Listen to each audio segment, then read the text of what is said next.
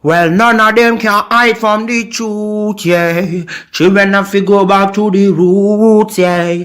None of them can hide from the truth, yeah. Children have to go back to the roots. I'm telling you now, the truth, the truth. Telling you, yeah, the truth, the truth. You have to go back to the roots, the roots. Go to the roots, to the roots. Yeah, man, this is Benjamin out of the Smiling Coast, West Africa, Gambia, representing for the one and only Abu, the big man you don't know, the Soninke warrior, the man that brings the truth, Soninke warrior, the sign of enlightenment, the Soninke warrior, the righteous and the true African. Abu, reveal the truth to them, no matter how them try run from it, because none of them can hide from the truth, yeah. Yes, we have to dig back the roots, yeah. Fire! Subscribe now.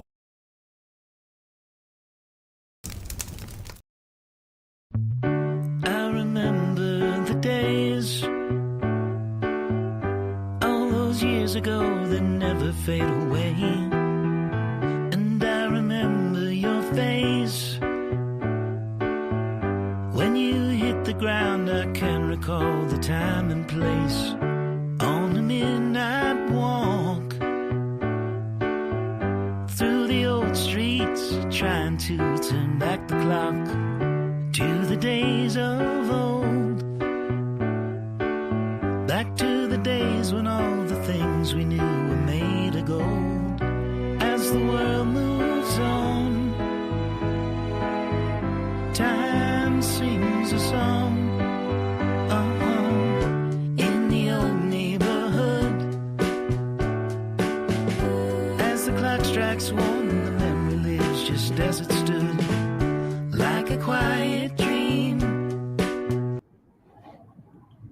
All right, ladies and gentlemen, welcome to the Afridamus Report. I'm your host. Today, I'm going to be in charge of Negrology 101. Those of you that are not familiar with Negrology 101, this is a curriculum that was set up a few quarters ago. This is our, first year. People will be graduating at the end of the year. And happy Kwanzaa to all those who celebrate that. So, ladies and gentlemen, today we are going to be talking about Irish history in America. Let me, get my glasses off so we can look at each other properly. So, what we do here on this channel, because so many people like to come out here and talk about stories about like slavery, who built America. And to be fair, there isn't just one group in America. So we don't just want to focus on one group. We have to look at America's history as a whole. And this is what I did because I understand that so many of you, the viewers that come to this channel, you are interested in these stories. And as you know, over here, you would get a very balanced and unbiased information. Even though some will cry, and I understand that is their ego that is crying because they associate themselves to the history that is being uncovered here. They associate themselves to it so much so that they cannot see what reality is. So the understanding is we are not here to disparage, belittle, or be rude to anyone. This is history. So we are going to explore about the Irish because a lot of you probably have heard people say the Irish were the first slaves in America.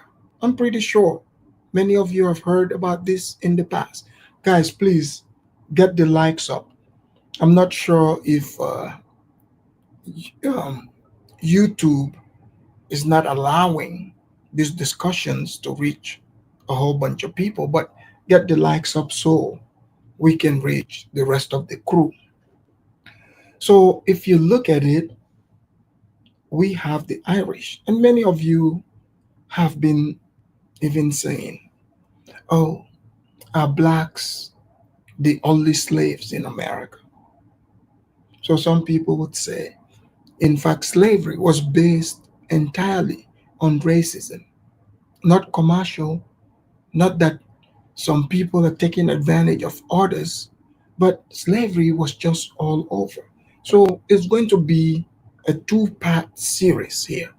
Since it's the history of the Irish in the Americas, we're going to take a look at their early history. And we would go all the way how the Irish were brought to the Caribbean islands, how they were enslaved there. And some people would say indentured, they were indentured, you know, servants. So we're going to have the opportunity to learn what does that word even mean? What was the life? What was life like for an Irish that was brought, an Irish man or woman or child brought into the Americas versus an African slave who was more valuable, who had a longer life expectancy. So you would have the opportunity to learn about all this today. And also, what we are about to discover today, it will blow your mind.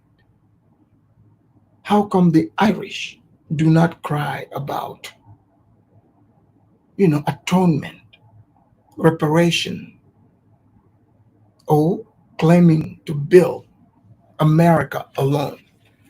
So that would help us understand as well, and the struggle this group of people had to deal with. So I'm gonna play the first video here. Let me do my disclaimer here. Give me a moment.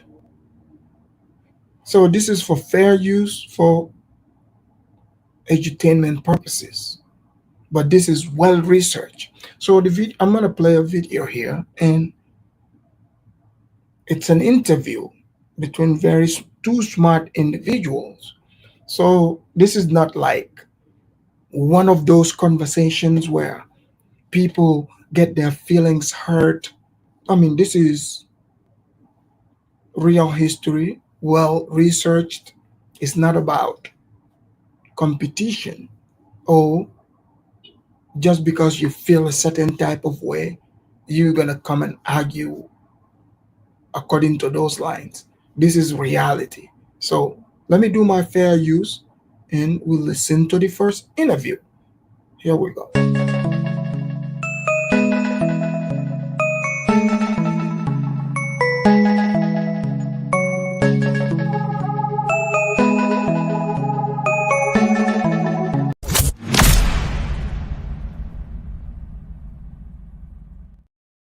All right. So now let us go into the first video here, the interview. And through my research, how this all came about was, as you know, the blacks were saying that they deserve reparation for slavery, right? But then when you look at the black population, if they claim to build America, that caught my attention. I was like, let me dig deeper because I don't just want to sit here and assume, no, they didn't do it.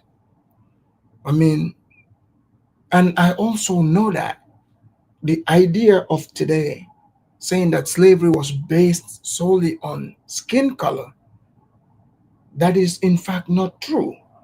Because you will find out the Irish, because people themselves say, oh, the Irish were enslaved, but the Irish, their skin color is white.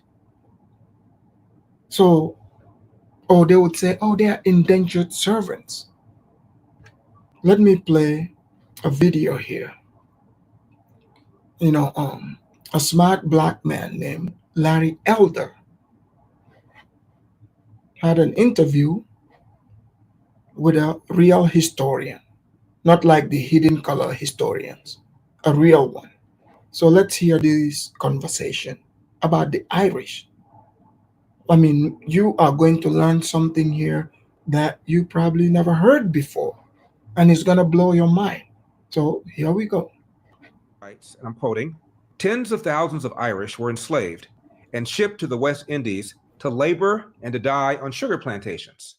There have been recent studies, including Sean O'Callaghan's To Hell or Barbados, The Ethnic Cleansing of Ireland. Such works have caused near hysterical reaction in academia. Politically correct professors are livid that the topic is even discussed. My guest says, as one of my teaching assistants, who was a member of the Revolutionary Communist Party, said to another one of my teaching assistants 30 years ago now, there are some facts students just shouldn't know. So you hear this, right? So the education system is controlled. So there are people who want to bury this history. These are communist minded, but that's not what the conversation is about, because there's entire books out there written, you know, over centuries about the Irish enslavement. But have you ever wondered how come that history just all of a sudden, quote unquote, disappeared? In fact, speaking about it, they make it a crime. They make it an insult. They say, oh, you're minimizing the suffering of the blacks. Have you ever asked yourself why, if let's say an Irish individual speak of their history or someone speaks of their history, why would they run to say they are minimizing black history? Two separate history. But one group, as far as we know, was more valuable than another. One slave group was deemed better than the other because one was disposable and the other wasn't. So let's hear from this interview. End of quote. He continues, it is difficult to determine exactly when the first Irish were shipped to the West Indies, but by the mid 1630s, the trade was well underway. There were the freewheelers who voluntarily sold themselves for a term of indenture, usually 7 years. There are also the redemptioners who were duped into signing contracts of indenture. So he's telling us all the different types of slavery that existed. So back then, it's just like how they described it. Some of the Irish, they can, like they said, you sell your service. They sell themselves into these services for 7 years, and then it's done. So you can hear, this is why you hear some people say, oh, the Irish, they were just indentured, servants. But the people that bought them, imagine if you buy someone and it's just 7 years and you have to get labor out of them. Do you think by the time the 7 years would be done, that person, like you're not gonna make sure you get as much as possible out of them? And most probably won't even make it. And if they make it out, they won't last long. So here we go. So others are kidnapped, as Larry Elder is going to let us know here. Once in the New World, they were sold for cash at auctions. Then there were the spiriters, who were kidnapped and, like the redemptioners, sold at auctions. Many of these kidnapped were children, some as young as 8. One agent bragged he kidnapped and sold an average of 500 children a year throughout the 1630s. Another agent said he also averaged hundreds of children annually and 1 year sold 850. The death toll for Africans shipped to the New World was high. So too was the death toll for the Irish. So you're hearing this, right? So the Irish were brought on slave ships as well from Europe. So what a lot of people don't understand, they would say, "Oh, but they're all white." Or you think the Irish, spoke English? They did not speak English. They spoke what they call Gaelic. Okay, they spoke what they call Gaelic. So the English, the British people, they own the plantations in the Caribbean and in the United States. And if you think about it, the same British, they colonize the Irish. So even till present day, that bad blood is there. In case you don't know, go and do some research about that. Eleathon the Martian, thank you for the super chat. He said the Irish were slaves and sold for less than the Negro. They were slaves before the Africans came in to assist them. They faced discrimination as well. We will get to all that. Thank you for the super chat. Guys, get the likes up and feel free to super chat as well. So here we go. A loss of 20% during the voyage was continued normal, a percentage of deaths equal to that suffered by Africans in the infamous Middle Passage. Typical was a ship carrying planter Thomas Rouse and his 350 indentured servants, end of quote. My guest is a PhD historian who has appeared in over 100 documentaries, dozens of episodes of the long-running series The Real West, biography, Tales of the Gun, Wild West Tech, and Outlaws and Cowboys. He taught. So, did you guys hear the credentials of this man? He is a PhD historian.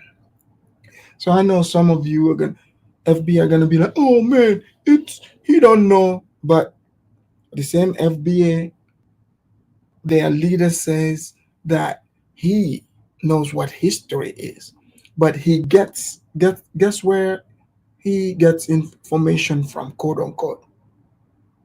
Yes, that's right, from the white people, right? Because there's no way he got it from Africa. So it's safe to say this. But the people the FBS copy from, I'm taking you straight to the source. The white man got the information, as you guys know. It's written in the books. So let's hear what this professor has to say. And remove the race thing there. Listen to this information.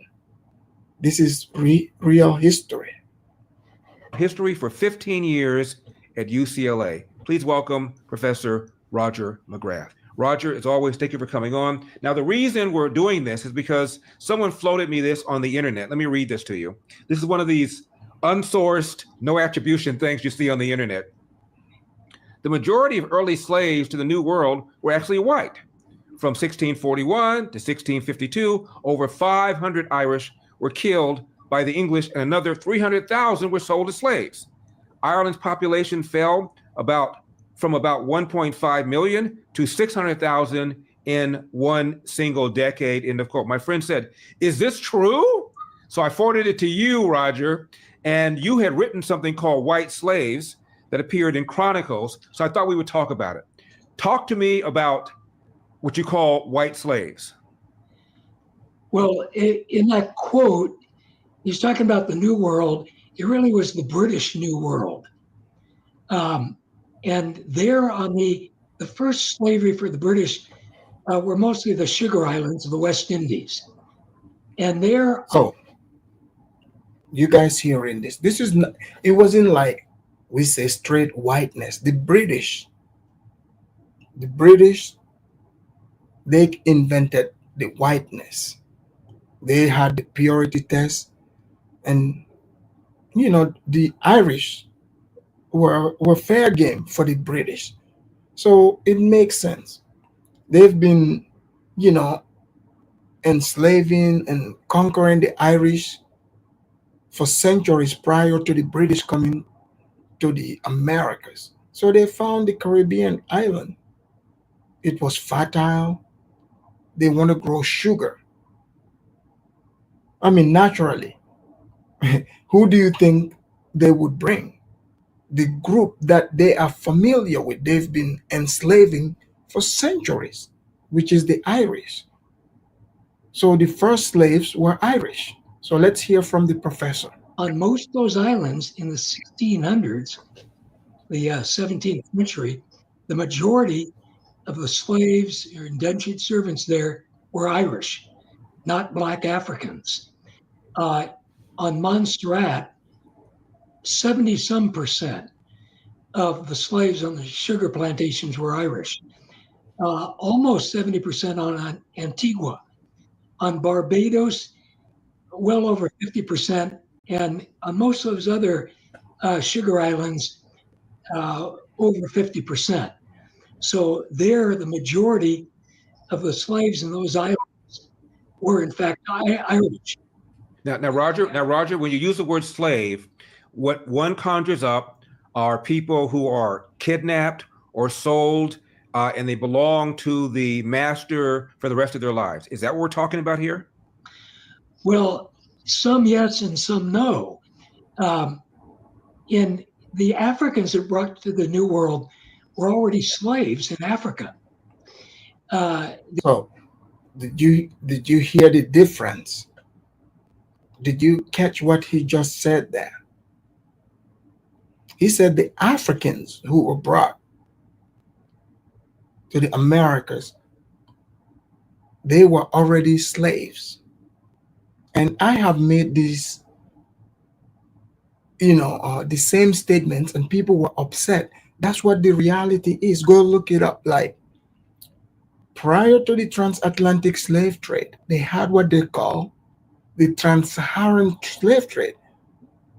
That went on 500 years prior to that, which was run by the Barbers, right? So where they would bring sub-Saharan Africans, Black Africans from western part of Africa, into markets like in Cairo, in Morocco, these North African countries you see today. But prior to those Barbers coming to get slaves, slavery was already within the Africans. The Africans they had slaves. No one knows how long slavery was there. And you can't deny it, because within certain cultures, the caste system, the slave still exists. There are people who are slave by blood. So that means people have been slaves for however long. So majority of the Africans they were bringing, they were already slaves for generations. Some were captured. Yeah, I get it. Some people like to tell the story of, there was, warrior tribe. That wasn't common. Majority were slaves for centuries.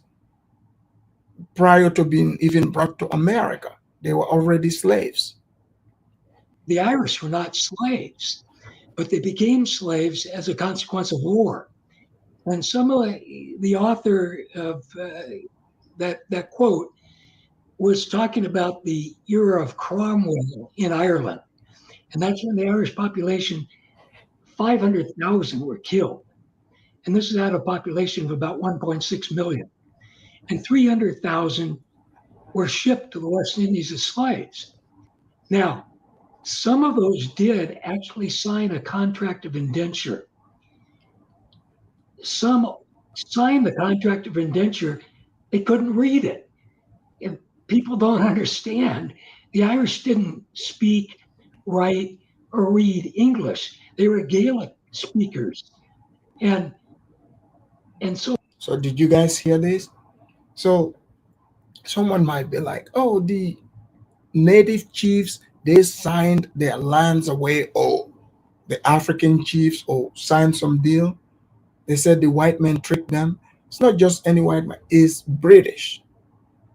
Because the Irish clearly did not speak English. And these contracts were drawn in English. And they made them sign it, some of the people, They didn't know that they're signing themselves into slavery, because in their culture they didn't have the slavery. So with the if you at the time, this same era, you went to most of the West African regions, they were very familiar with slavery.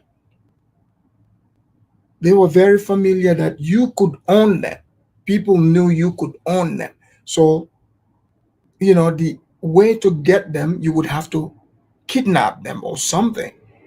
But they are very much aware of, you know, slavery at the time. So here we go. So they were easily duped.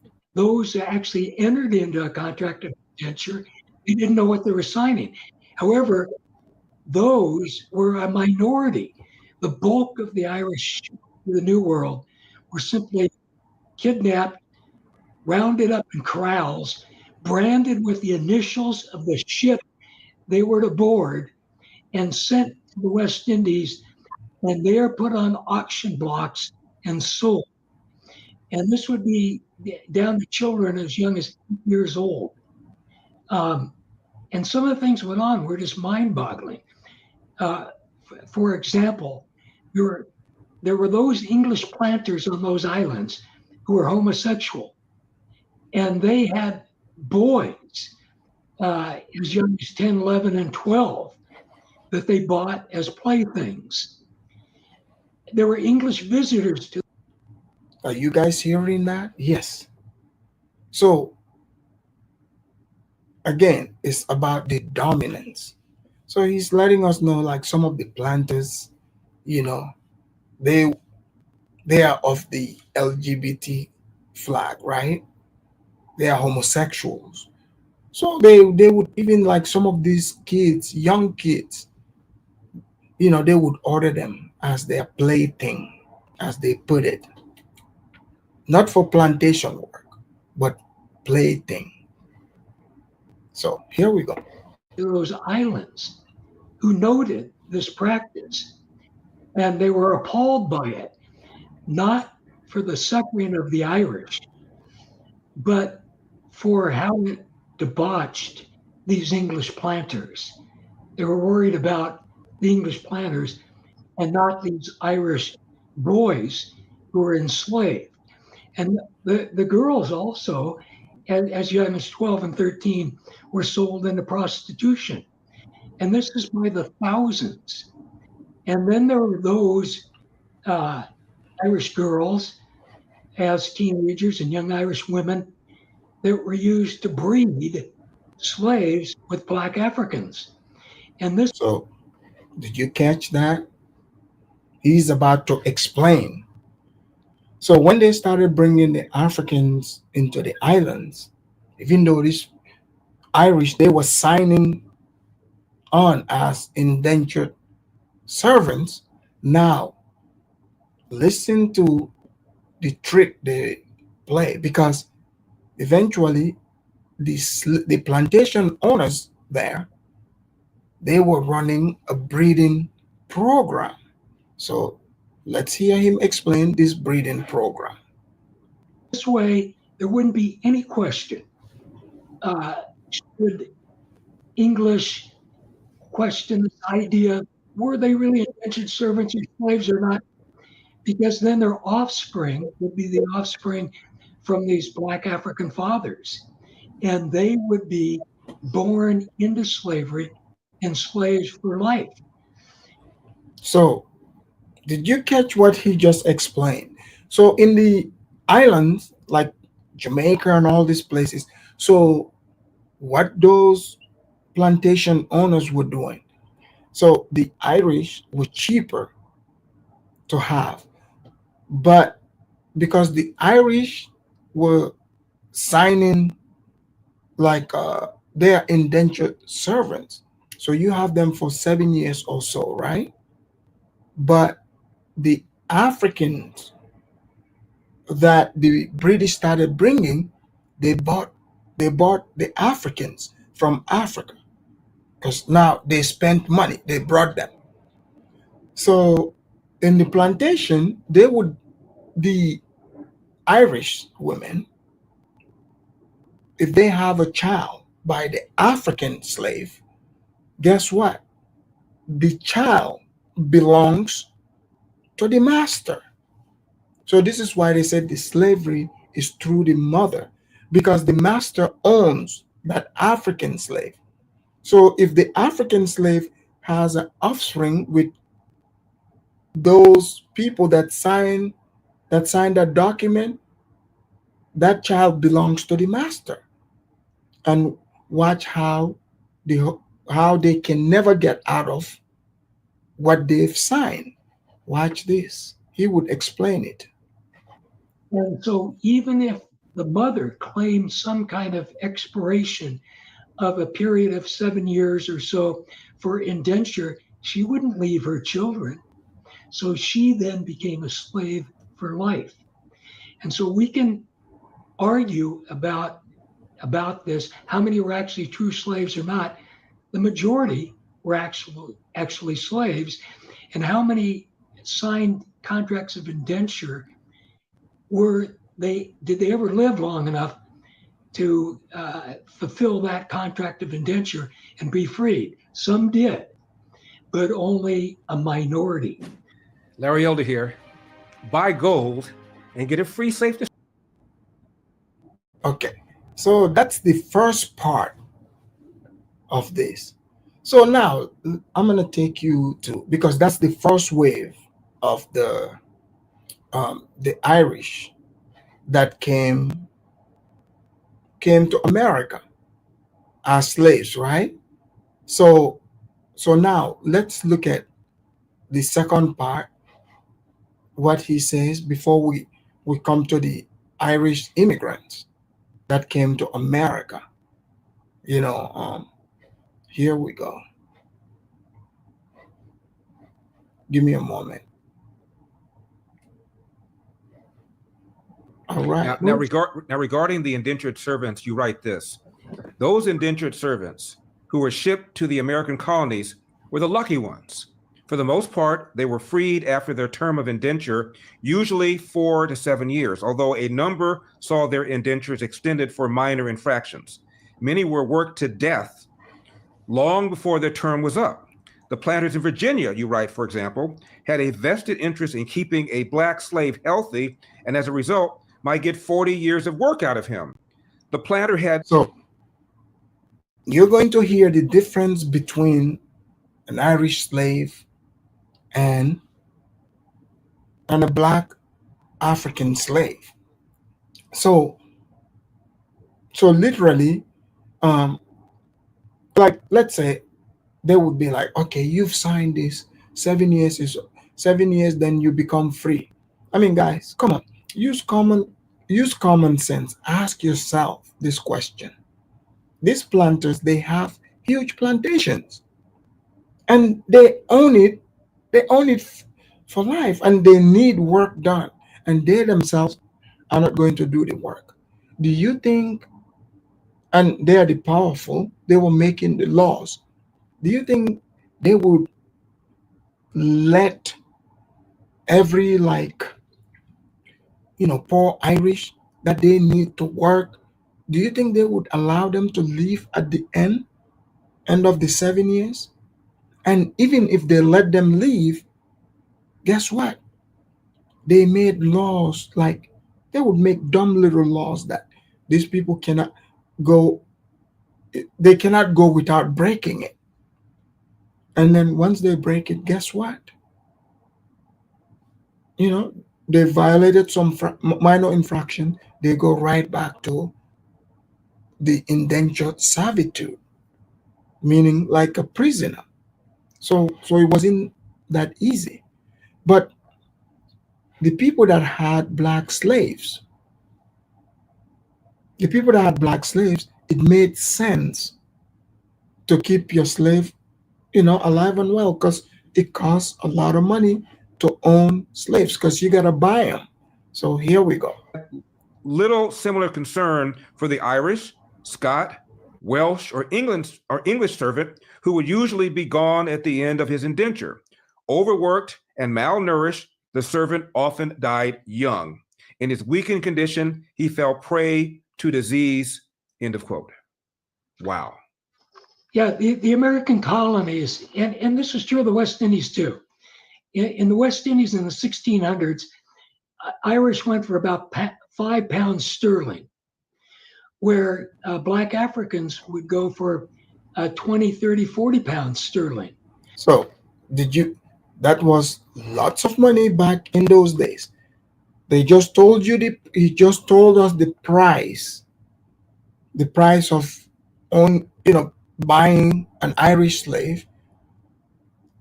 I mean, look at the difference. You can buy them for 2, 3, pounds sterling, but to own an African slave cost way more. So if you spend that much money on you're not going to want to destroy your investment. So here we go. They were far more expensive, far more valuable, and therefore more protected than were the Irish. The Irish were simply cheap. I mean, the Black African slave, you had to buy them from African tribal leaders, usually not their own tribal leader, but they had been come into captivity through war, and usually in Equatorial West Africa. And so they were then sold and bartered for goods. Well, that was an expensive transaction for the slave trader. And then they had to be transported all the way from Equatorial West Africa up to the North American colonies or the West Indies, a much longer voyage than the transatlantic voyage from Ireland to the North American colonies. So Black Africans were far more expensive, far more valuable.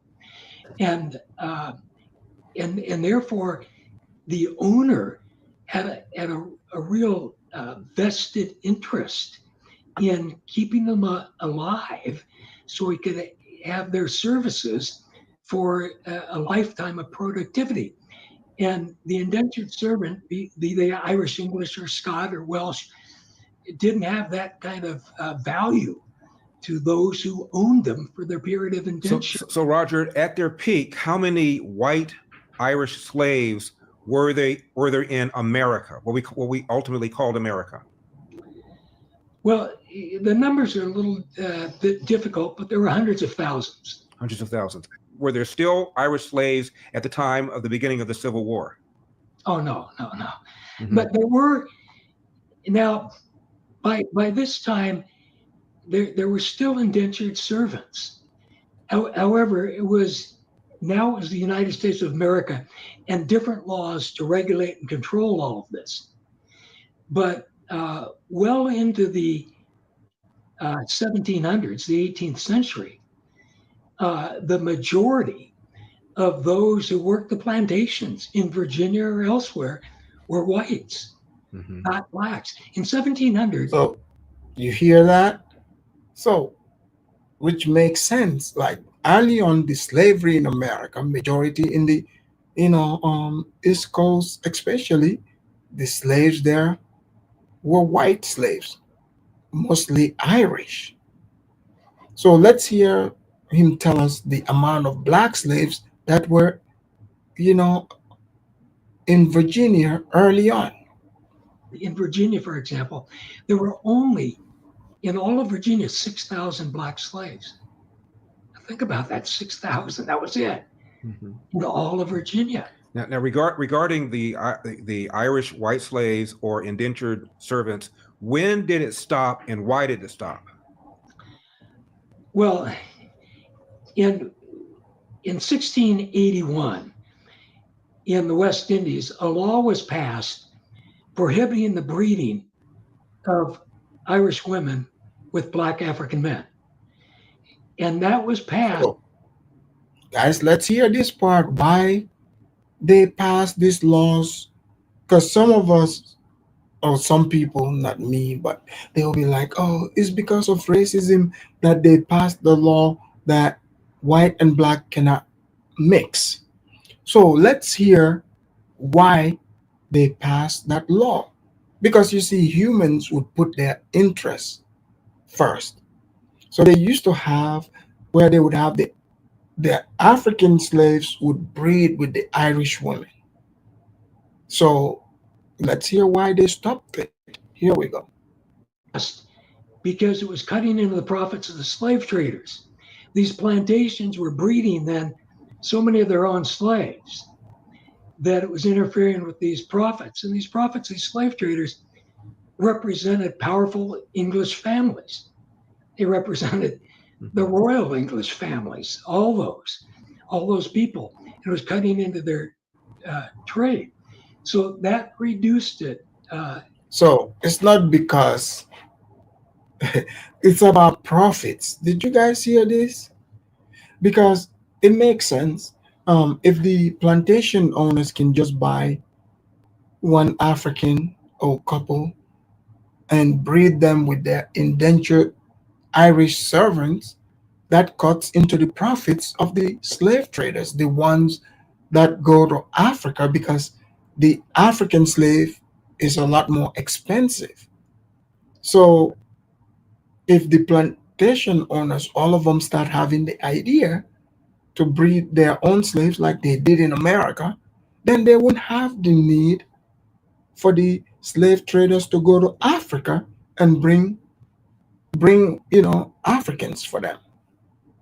So since the slave traders, their lobby, they were powerful. They had, they control the law. They're from the powerful families.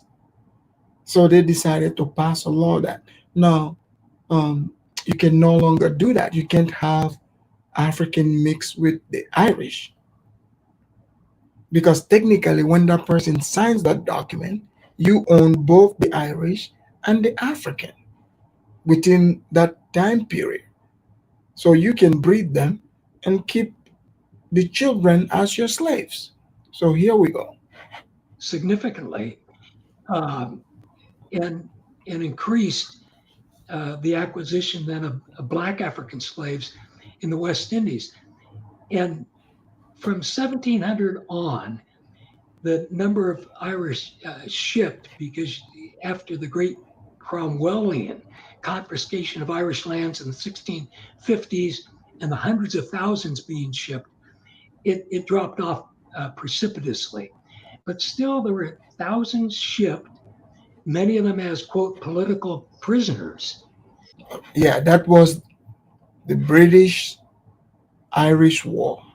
So eventually they dropped them as, bringing them as slaves. But let's look at during the Irish potato farming, when ton of Irish started immigrating to America. Let's look at what welcomed them in America and what they built. Here we go. Imagine working day after day in disease-ridden swamps, knowing that your life is worth less than the tools you hold in your hands. This was the reality for countless Irish immigrants in 19th century America. They fled starvation and persecution, only to find themselves used, abused, discarded, and forgotten. In 1832, 57 Irish workers disappeared while building a railroad near Philadelphia. Their employer claimed they died of cholera. But over 150 years later, when their grave was unearthed, the evidence alludes to a darker story. Skulls were shattered, jawbones cracked, and bullet holes hinted at a gruesome end. Prejudice against Irish Catholics contributed to the denial of care to the workers.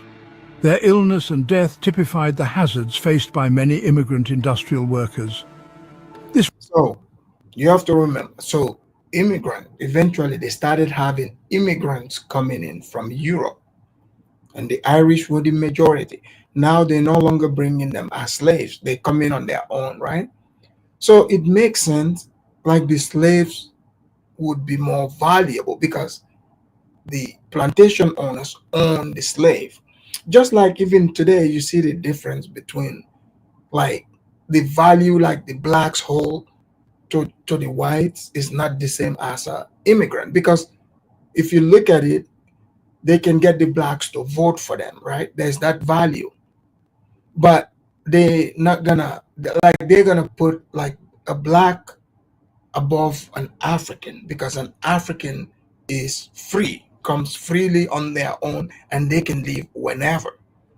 So therefore, just like in the plantation, the black slaves were much more valuable than these Irish that were coming in, because you can keep replacing them.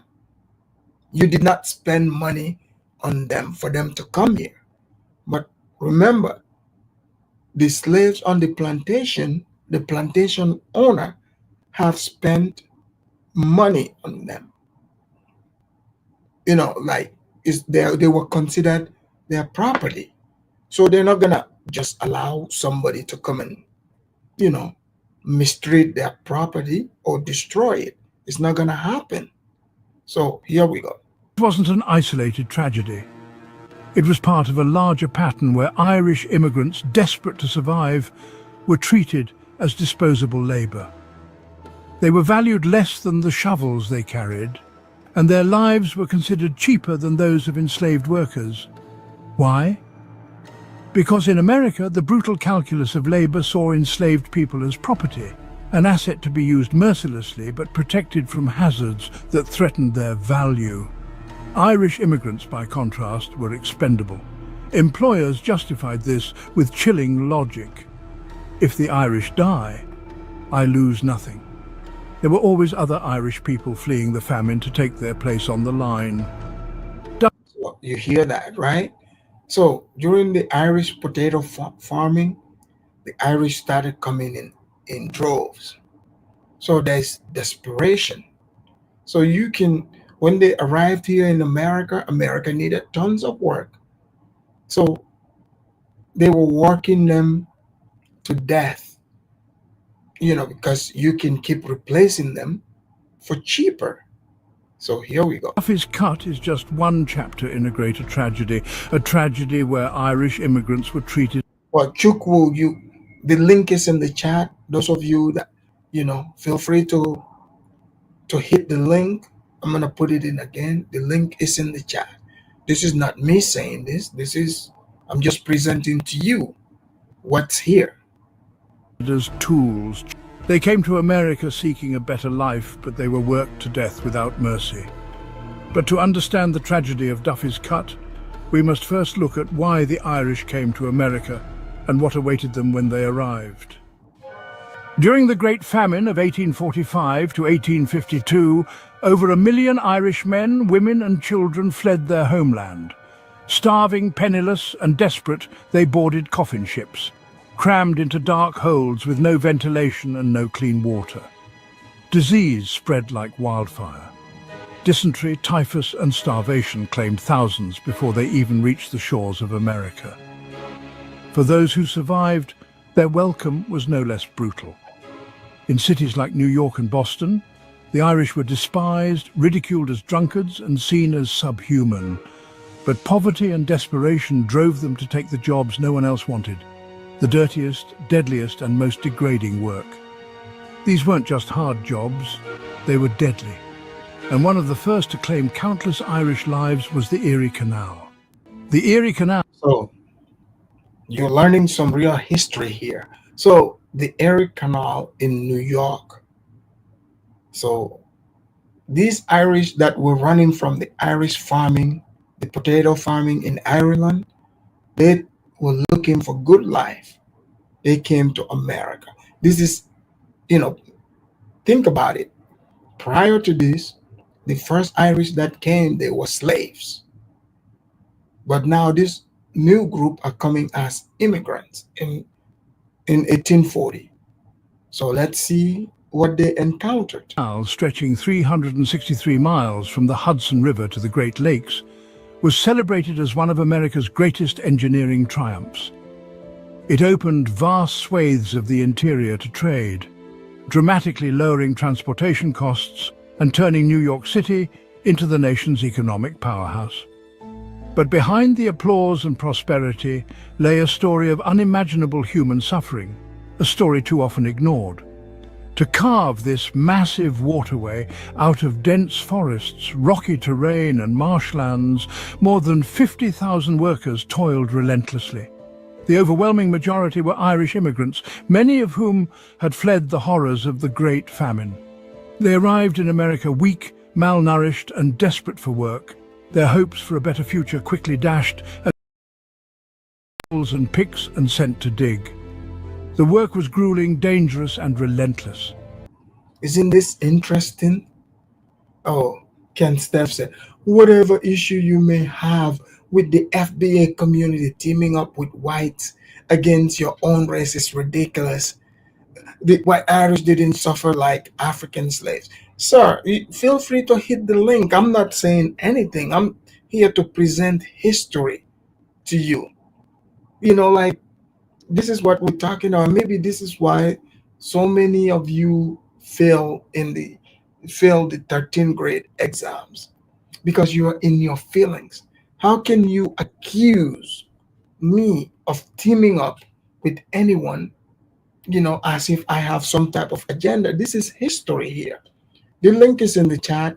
Hit the link, join the conversation. So here we go. Armed with little more than crude tools, these men hacked away at the earth for 12 to 14 hours a day, often in harsh weather. Summers were brutally hot, with swarms of mosquitoes buzzing around. And happy Kwanzaa to some of you, the blacks that celebrated. So here we go. Around their sweat-soaked bodies. The swamps and marshlands they worked in were breeding grounds for disease. Malaria was a constant plague, leaving workers feverish, shaking and unable to work, until desperation forced them back into the trenches. Cholera was even deadlier, turning their... So those of you that are in the chat, you think you're smart. So, and you said you've been to school, you said you know American history. Great. It might be AI voicing, but tell me one lie that you've heard in this so far. If you've been to school here, you know about American history. If you read about Eric Canal, you read about the Irish in New York, you would definitely know that what this man is saying is true. You don't know about the cholera outbreak that the Irish were accused of in New York, Boston area during this era. If you don't know this, then you don't know American history. So welcome to Negrology 101. Enjoy yourselves. Water supplies into poison. The workers had no access to clean water, proper sanitation or medical care. Infections spread quickly through their camps, wiping out dozens in mere days. The death toll was staggering. One historian estimated that 3 men died for every mile of the canal, an unimaginable cost in human lives for the sake of economic progress.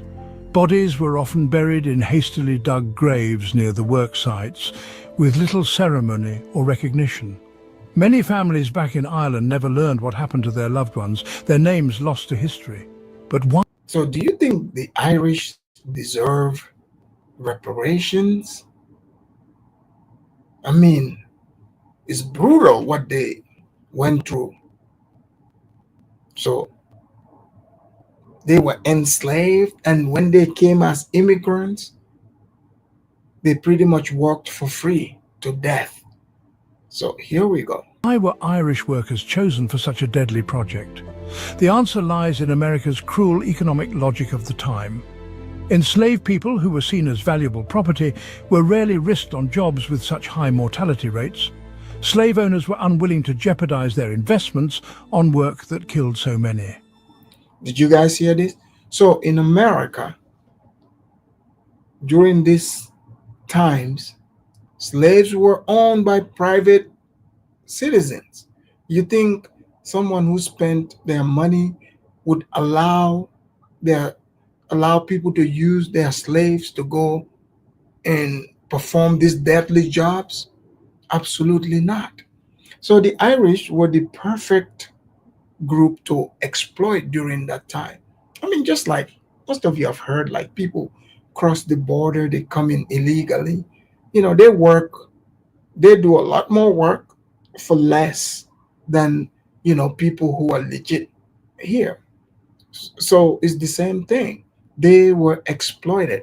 So Black lives mattered most. That's right. And now So the blacks were more, their life mattered more than the Irish because they were much more valuable investment than the Irish at the time because the blacks were owned by individuals. So here we go. The Irish, however, were expendable. Desperate for survival, they were willing to take on the most Exactly, Chukwu, you said it right. The Irish were the first Mexicans. They were the first slaves and the first Mexicans as well. dangerous tasks for pennies a day. Employers knew that if one Irish worker died, there were thousands more arriving on ships, desperate to take their place. This cold, calculated exploitation turned the Erie Canal into a graveyard for Irish immigrants. To those in power, it was a marvel of engineering. To the workers who built it was a death sentence. Despite the staggering loss of life, the Erie Canal transformed America. It became the lifeblood of New York, connecting the East Coast to the Midwest and turning the city into a global economic hub. It facilitated trade and migration, fueling the rise of the American economy. But for the Irish who built it, the canal was not a triumph. It was a place where their lives were reduced to numbers, where their humanity was ignored, and where their sacrifices were buried in shallow graves. If the Erie Canal was a cold grave, the swamps of New Orleans were a fiery inferno. Man, so America's history is deep. It's not just surface thing. It's just more than to say, oh, they brought African slaves here.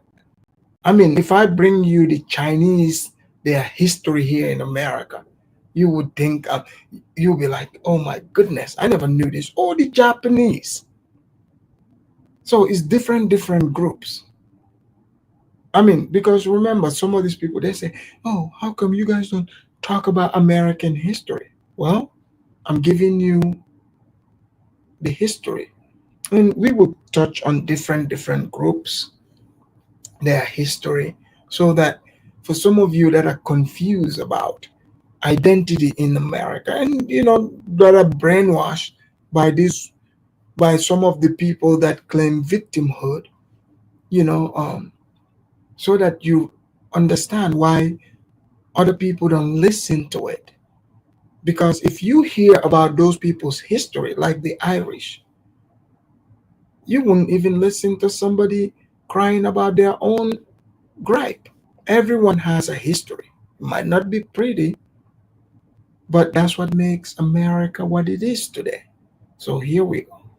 The New Basin Canal brought death on an even greater scale.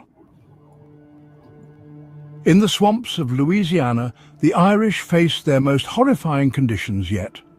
The New Basin Canal, built to expand New Orleans trade, became a death sentence for over 8,000 Irish workers. Oh, Spearman said, I know we can't stand FBA, but slavery happened. Sir, this is not about FBA. It's not about standing them or not.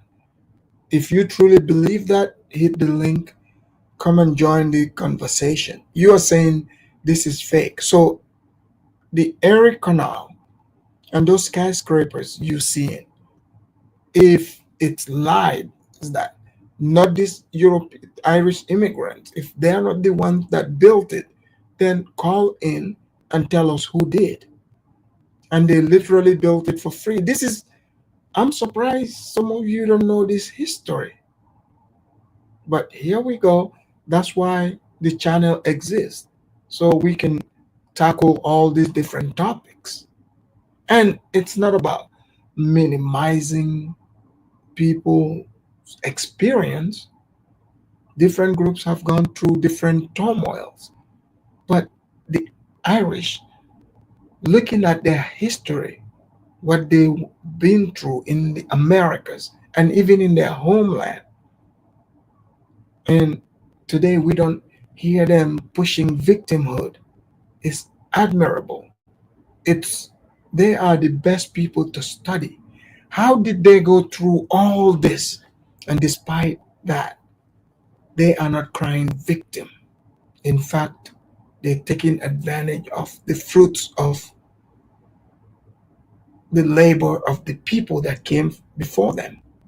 So That's what this is about. It's about people learning what resilience is. It's not about skin color. And we would even touch on the Italians too. You think the Irish have it bad? If I bring you the Italian history, you would forget about what you are seeing. It's about resilience. The Irish were the first slaves, and anyone who believes that's not true, you want to deny it, hit the link, come and join the conversation. Here we go. The swamps were teeming with mosquitoes that carried yellow fever and malaria. Men worked knee-deep in black muck, their skin blistering under the unrelenting sun. Disease swept through the camps, killing so quickly that bodies were often left to rot where they fell. Many were simply dumped into the swamp to be consumed by alligators. Plantation owners who used enslaved labor for their fields refused to risk enslaved people on such a deadly project. Instead, they hired Irish immigrants. So, you guys used to hear the story how they feed, the blacks to alligators in the South. No, the Irish were the ones getting fed to alligators. And some of these blacks carried that story and ran with it. I knew something was off because to own a slave, you have to spend money. These Irish, they were expendable. You didn't have to spend money. They came on their own. So if you put them in these dangerous situations, hey, if they succeed, they succeed. If they don't, you didn't lose anything. But if you put your slave, you put Toby in this situation and something bad happens, you're losing money. That's a fact. So here we go. Knowing they could afford to lose them, women and children were not spared. Irish widows, desperate to survive, worked as cooks and laundresses in the disease-ridden camps. Children as young as 8 were put to work carrying tools and fetching water. Their lives, too, were seen as expendable. The canal expanded New Orleans' trade routes, solidifying its position as a critical port city. But as America's hunger for progress grew, so did its need for expendable workers. The next chapter of Irish suffering would play out on the railroads. There's documentaries on TV about this as well. So it's in all sectors. So the Irish really did go through a rough time in America and overcame. So here we go. The railroads were the veins of America's westward expansion, connecting the coasts and driving the nation's growth. But the tracks were laid on the broken backs of Irish labourers. Thousands of Irish immigrants worked on the Union Pacific Railroad, enduring constant danger. Blasting through mountains with dynamite was a daily task, and misfires were common. Tunnels collapsed without warning, burying workers alive. Frostbite claimed fingers, toes, and sometimes entire limbs during brutal winters. Michael Flaherty, an Irish labourer, wrote in his journal, "The work is Guys, the link is in the chat. Feel free to hit the link. endless, the pay is scarce, and death lurks around every corner. This railroad will bury us before it is ever finished." His prediction came true. Michael died in a tunnel explosion. His body never recovered.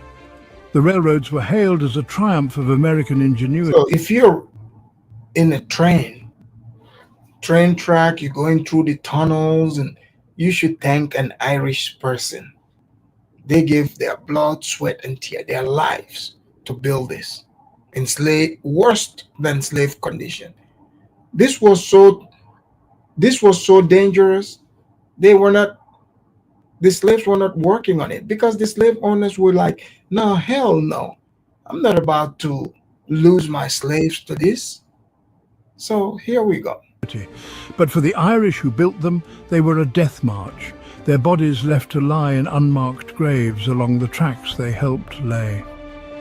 The men bore the brunt of these brutal jobs, but the suffering didn't end with them. Irish women and children faced their own forms of exploitation.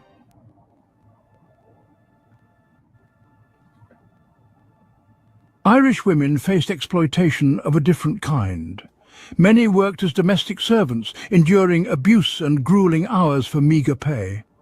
Others laboured in sweatshops, stitching clothes in stifling conditions, where fires and collapses were constant threats. Irish children, some as young as 6, were sent to work in factories, mines, and even on the very railroads their fathers built. They carried tools, fetched water, and were often forced to... So those of you that said it's fake, you're seeing actual pictures. Know that a lot of this was recorded during this time. Cameras, were invented. So a lot of this history have already been recorded. They've made different documentaries and movies about, you see these people in these tunnels. Those were Irish immigrants. So here we go. to take on tasks far beyond their physical abilities. Their small hands and feet, perfect for fitting into dangerous spaces, made them particularly vulnerable. But the Irish were more than their suffering. From the ashes of exploitation, they built a legacy that continues to shape America. All right, that brings us to the end of that documentary.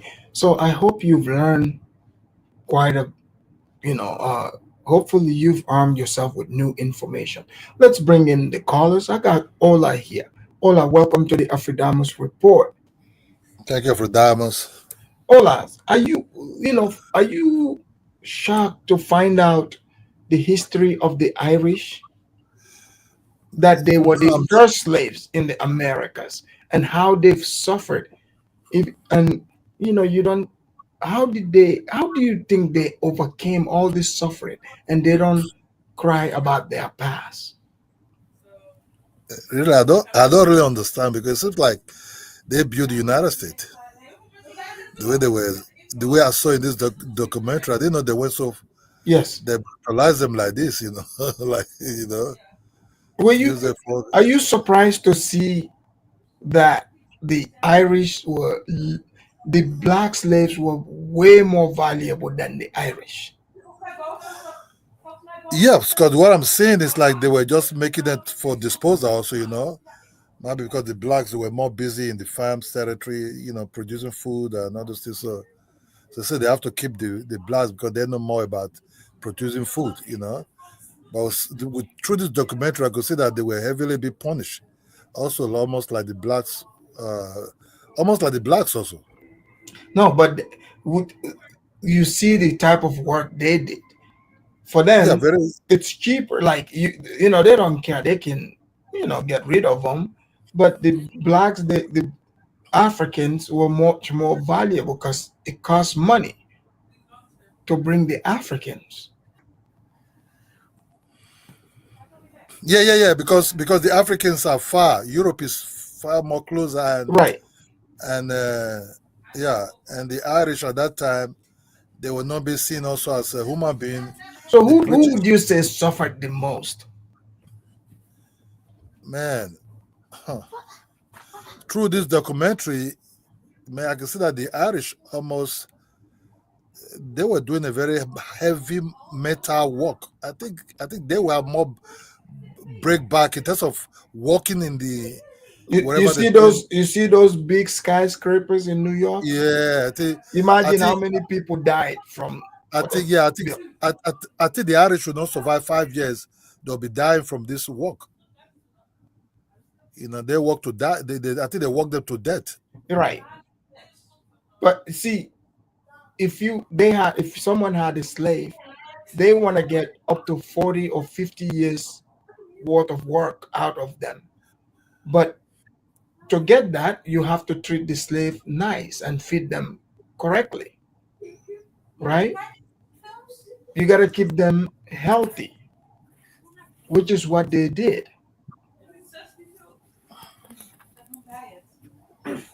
Are you there? Yes. You hearing me? Yes.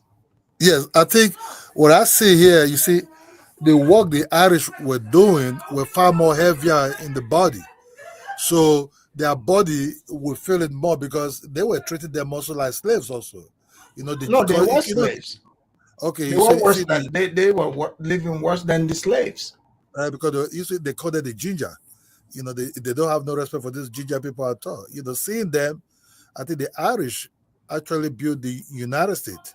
Right. You know, I think the blacks, the black were far more viable for them because the distance and what they want the blacks to the food. The blacks were mainly in the rural areas, also helping them to produce rice, cottons, things that would make day to day of life to run.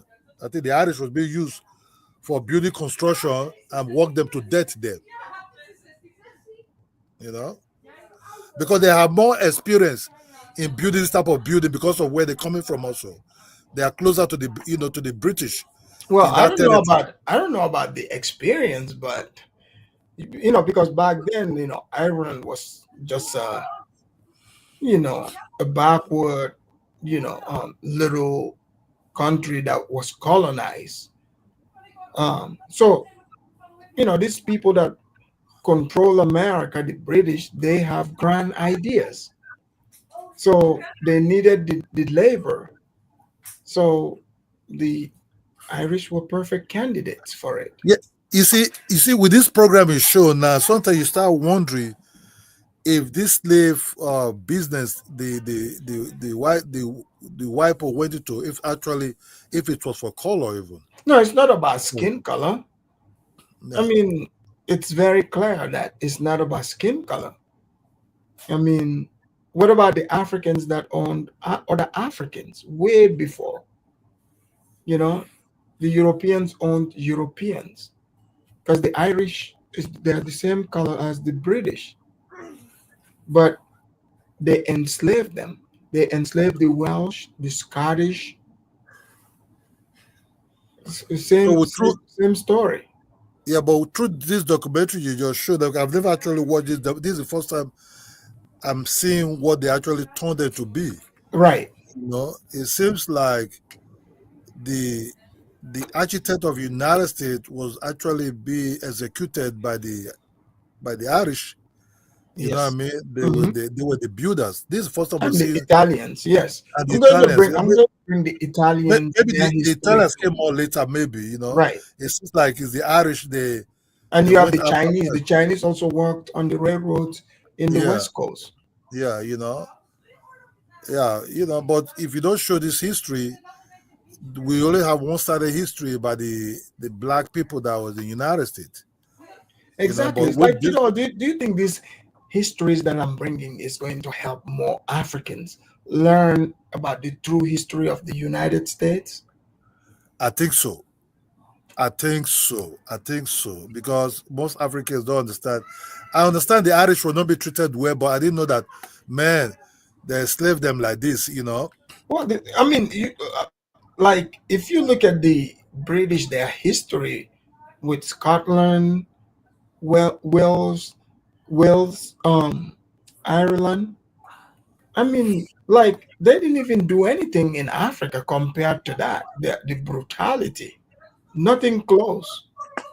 It seems like what I'm seeing now with just your documentary, it seems like this pain that brought the blacks and the Irish together. What I'm seeing, because that's why some of blacks have Irish in them. Because possibly they might Did you hear that? Like in the Caribbean, they were breeding the Irish women with the black Africans. They were bringing in. Yes. So eventually, they had to pass a law to forbid that.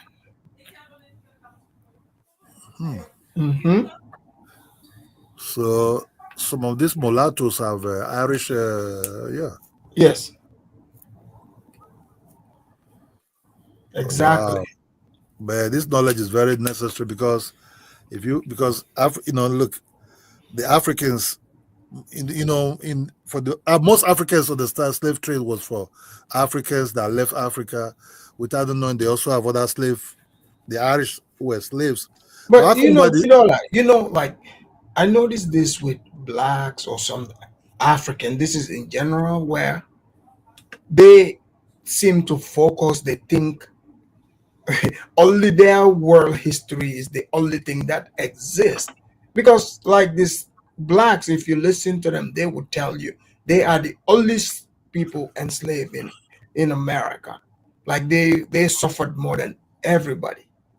But how do you measure suffering? But I want to ask something. How Yeah. did the Irish overcome and become more powerful? A person like Joe Biden become president of the United States. Well, they kept pushing. You know, I think Kennedy also Irish also. Princip said indentured servant is different from slavery. Well, you're late for class. You might want to go back and watch the video. We've already cleared all that, and you will understand. We get it, but a powerless, poor, indentured servant. Kidola, think about this. You, these people own these plantations. They bring these young Irish boys from Ireland, get them to sign document. You think, Kidola, after 7 years, the powerful man that owned these people in the new world, in the Americas, how many of them do you think will had their freedom, were able to be free? The powerful man needs their they need their farm to be, they need the work. You think they're gonna let them go just like that? And they had no power.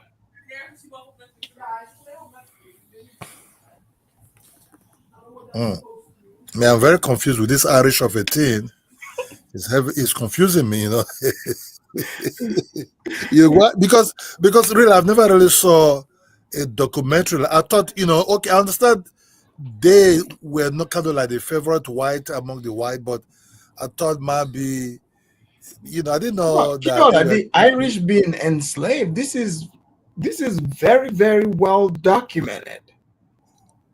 Like very well documented. Like the British, even you can follow their, even right now, remember have you heard of the IRA, the bombings, yes, all that? yes, yeah. Okay, this is all from these people's long history from being colonized. They were colonized longer than African countries were colonized. Think about it. The British, before they ever left to sail into the world, they went after the Irish, the Scots first. These are the groups they conquered to begin with before they went into the world. Yes, so So that's what I'm it's saying. not about skin color. It's about Yeah, who that they was can dominate. Because when you look at the British, even these British planters, their laws that they were writing, they see the Irish as inferior to them. Do you think it's true that? Because I also saw they also use them in pharmacy a lot. Also, They what? Do you think, I also saw that in your document they also use them in the farm also. Yes. That In was America, in the colonies in Virginia, in the East Coast, in the tobacco farms, going up to West Virginia, all those the mining coal, all that. These are all from these are white people now, but they are of Irish descent. Like majority of the people that worked, they were these Irish.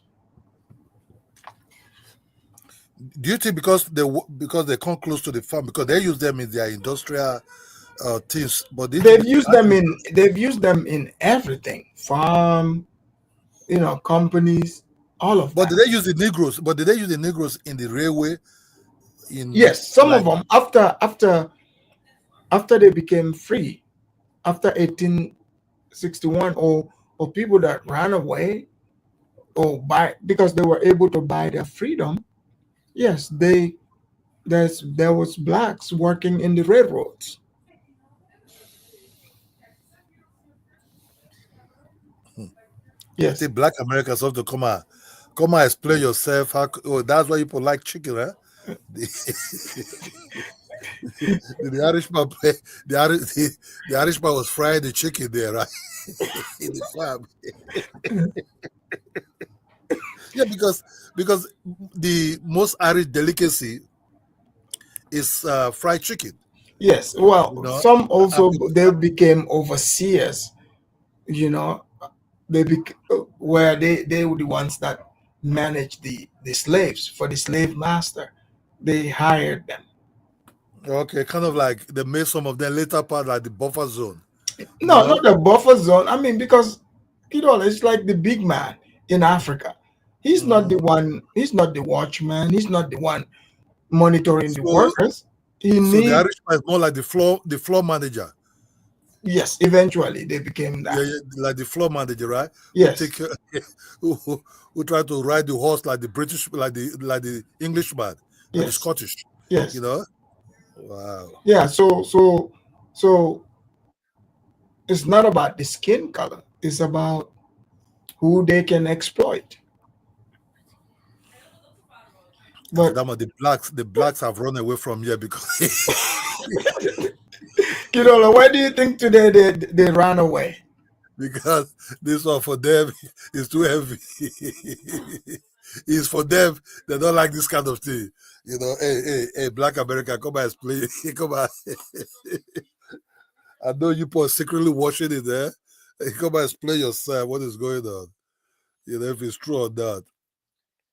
I don't think the blacks. This one is they take off, right? This is clever. But Kidola, I mean, don't you think this would be a good topic? Don't you think the blacks? Why are you surprised they didn't call in today? So because the FBA they're scared, they said because you'll be playing this one in their face, and there's a certain thing they think they can defend. There's a certain thing that will make them look stupid, So they escape to talk something about this. They don't want to near it, you know. I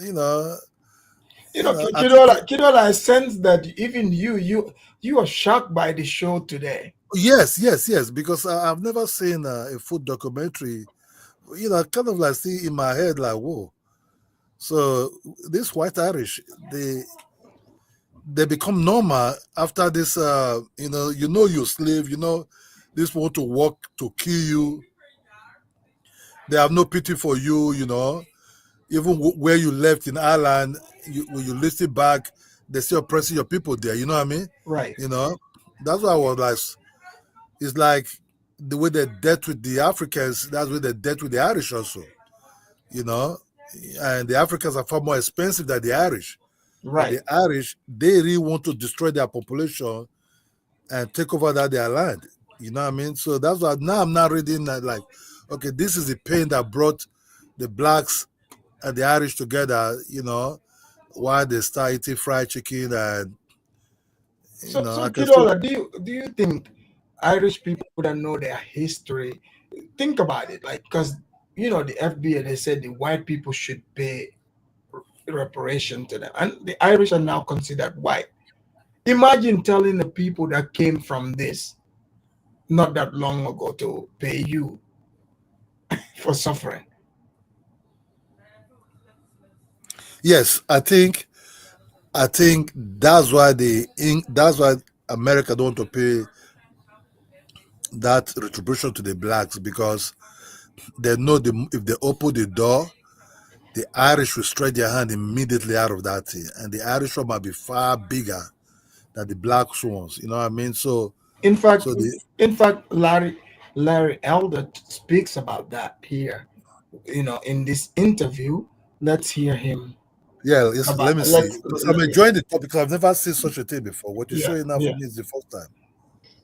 As slaves and indentured servants to the New World.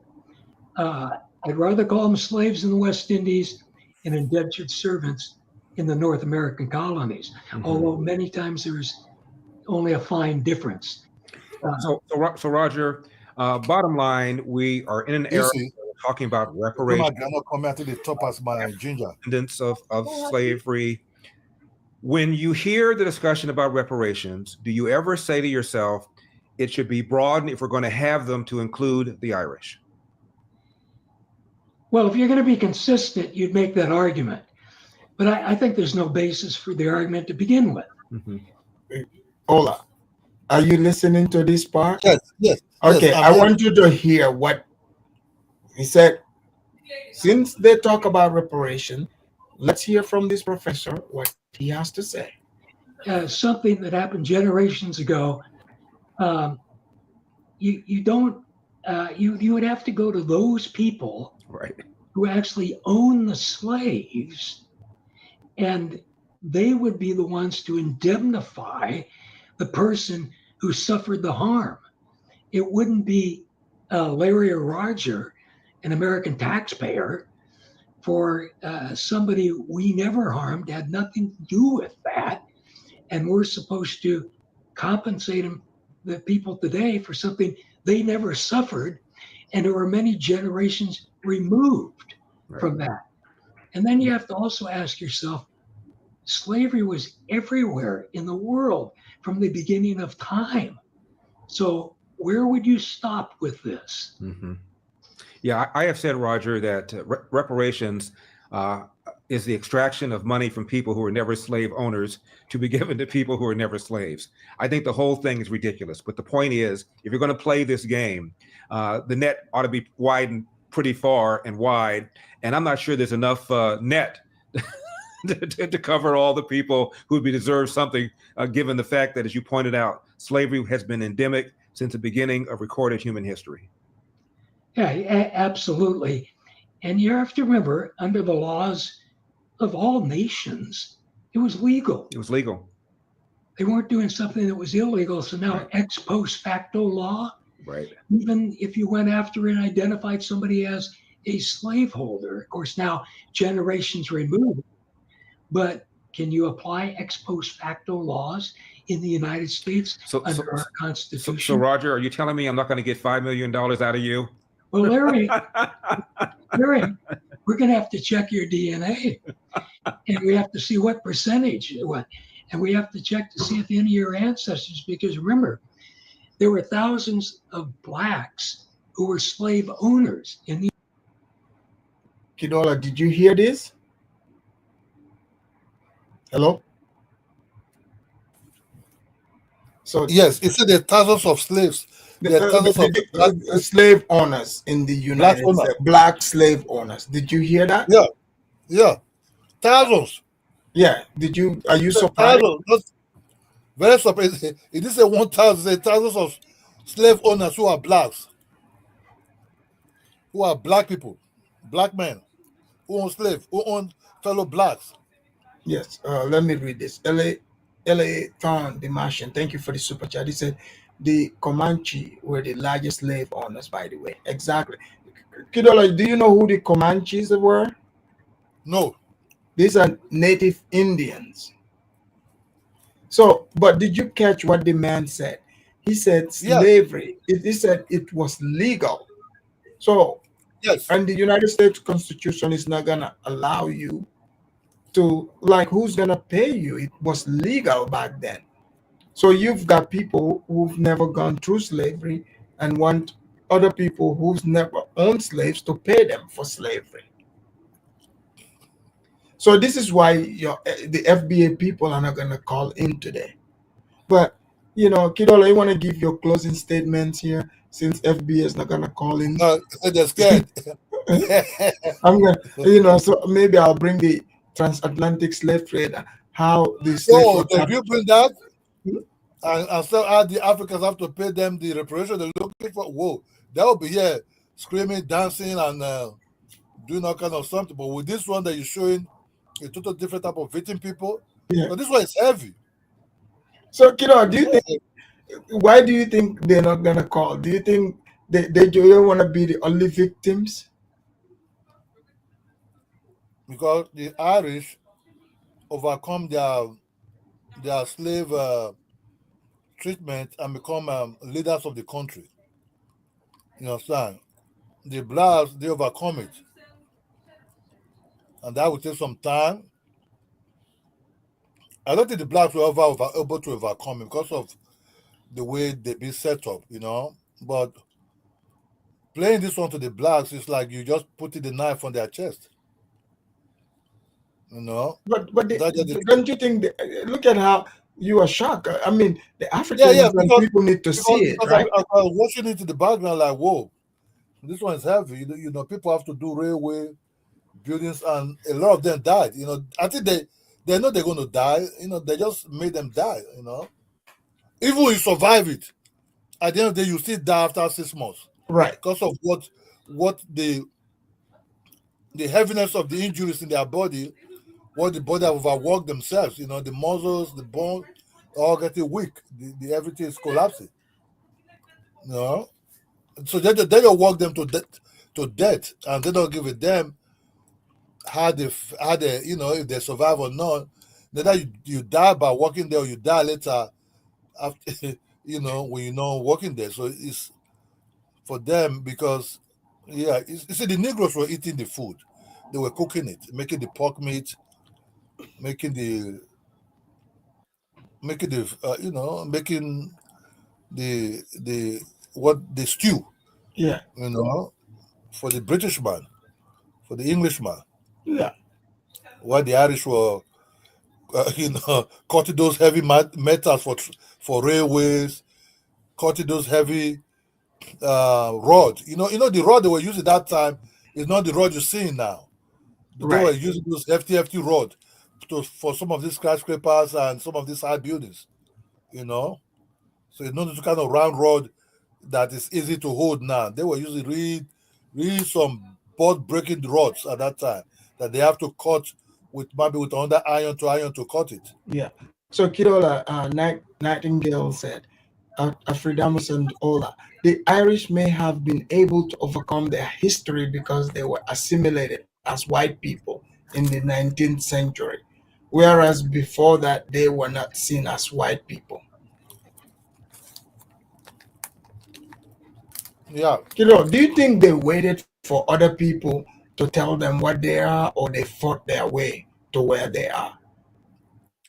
I think you see. Or maybe Nightingale got a point there. No, I think what happened there that the Irish were not selling themselves for cheap things. You know, they were not betraying themselves.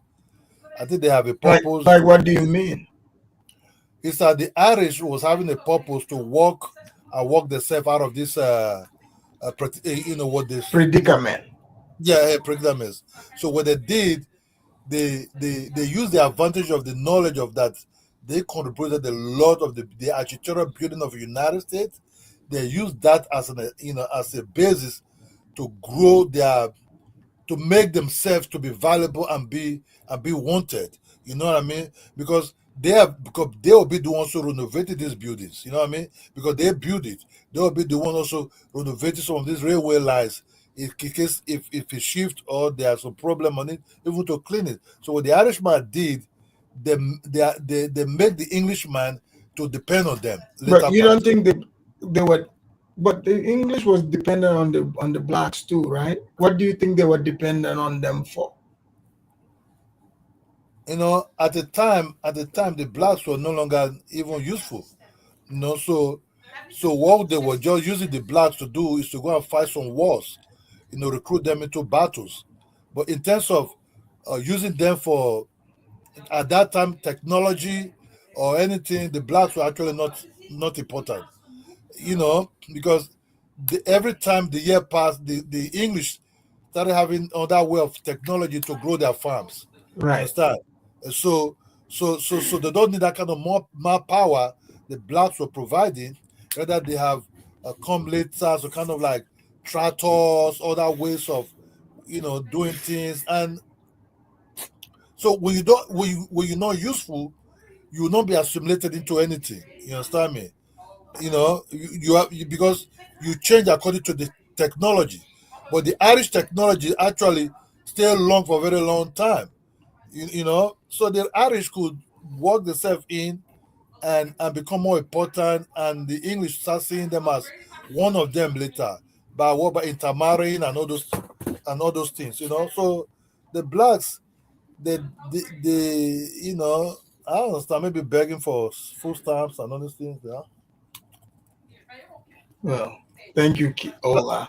I'll Thank you, definitely. man. It's a pity that Black Thank America did channel in to talk.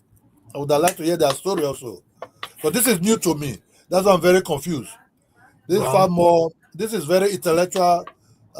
Yeah, for me, this is not by this not today, but they refuse to come. I would have loved to hear from them also their connection with the Irish and what happened that they're a little bit behind the Mr. Irish are Kidola, don't you think they should introduce my course in some of these African universities there big so time, the students can learn?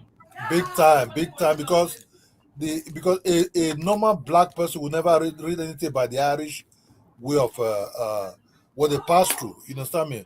But I understand most Europeans studied it, they know what it is. But an average black person, Right. actually, I've never had this type of history. For a person like me, I know a lot of other blacks, majority of other blacks, will not come across such Irish history that is there.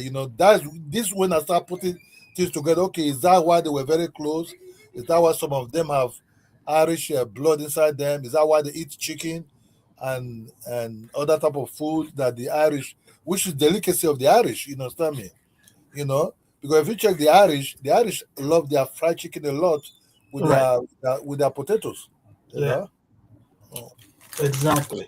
Well, thank you, Ola. I mean, that's what I'm thank here you. for, as the Yeah, professor of negrology. Thank you. yeah, bro. Thank you. Bye bye. Bye.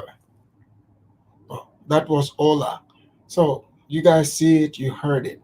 And those of you that came in late, go back and watch the beginning of the video so you can get, and extra understanding of the topic today. And as I go, I would definitely bring other history about the transatlantic slave trade. Since people like to see their suffering being presented, of in that story, the blacks would outdo the Irish in suffering. I promise you guys, because for some of these people, that's what it is, the competition of suffering. So I will see you guys on the next one. Please like and subscribe, and I'm out. Lend thy ears to the Afreedamers. Pay attention to the Afreedamers. The Jews and Inca warrior. Naturalist his intelligence as a true professor. Solution to brainwash diseases. Sit back, relax, and hear the wisdom. Afreedamers will heal your minds. Sit back, reflect, you'll find no objection. Afreedamers will clear your doubts here. Always log on to the Afreedamers. Lend thy ears to the